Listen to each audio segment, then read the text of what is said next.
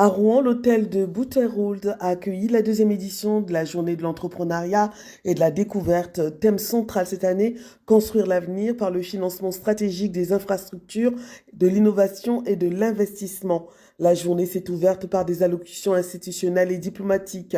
Le représentant du maire de Rouen a rappelé l'importance d'un tel événement pour la ville. Le président du corps consulaire de Normandie, Jean-Philippe Carpentier, a insisté sur le rôle des institutions consulaires dans le rapprochement entre les territoires. Le ministre conseiller de l'ambassade de Côte d'Ivoire en France, présent, a lui aussi salué cette initiative porteuse d'opportunités. Tout au long de la journée, 6 panels se sont succédés, réunissant experts et personnalités autour de thématiques stratégiques.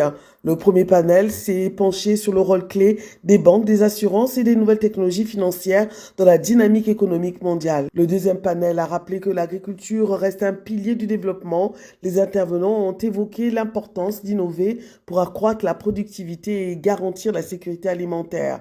La culture et le tourisme étaient aussi au centre des échanges. Objectif, valoriser des modèles de tourisme durable capables de générer croissance et cohésion sociale.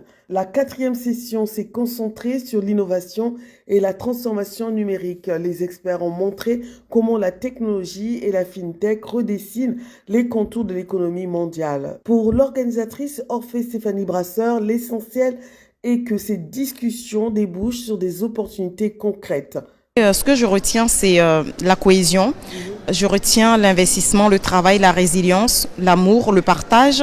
Je retiens aussi que il est bien de se rassembler, de parler, mais il faut du suivi derrière et il faut effectivement que les gens passent à l'action et que ça sert à rien de venir à des salons pareils dans un hôtel 5 étoiles, aussi je dirais patrimoine de l'UNESCO, le bout de route, pour ne pas derrière passer à l'action. Donc je retiens que les gens sont très motivés à passer à l'action et des partenariats en cours, donc ça fait plaisir. Le message que je ferai passer, c'est d'entreprendre quoi qu'il en coûte.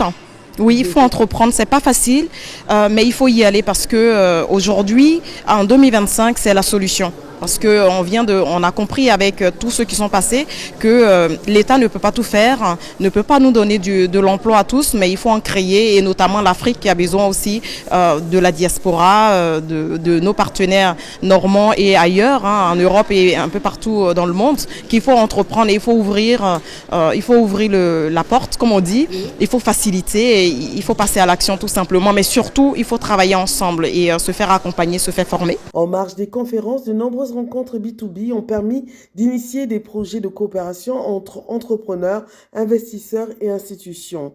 Avec cette deuxième édition, la journée de l'entrepreneuriat et de découverte GED confirme son rôle de carrefour stratégique entre l'Afrique et la Normandie, un rendez-vous désormais incontournable pour construire l'avenir économique.